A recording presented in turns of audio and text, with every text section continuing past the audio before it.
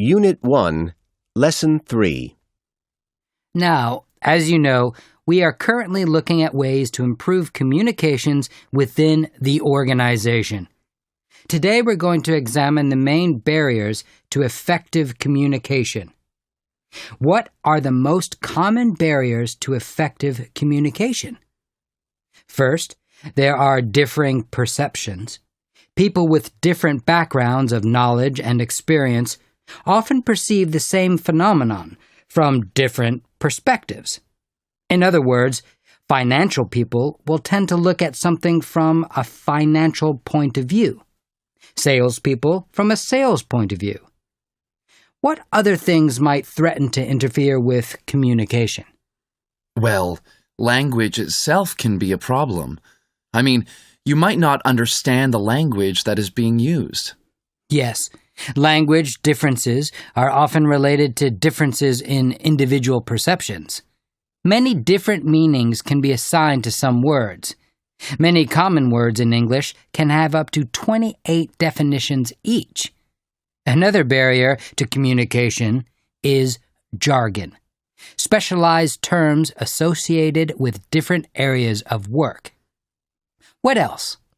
I think noise is a problem.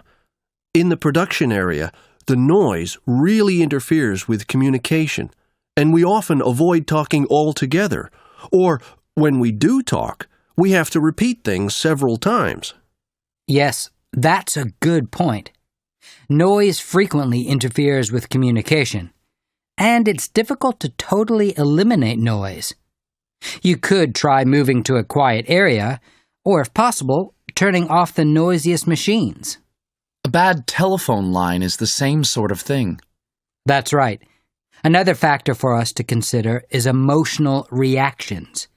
If we are angry, defensive, jealous, or afraid, this can influence how we understand messages and how we respond. So we need to start being aware of how people are feeling emotionally.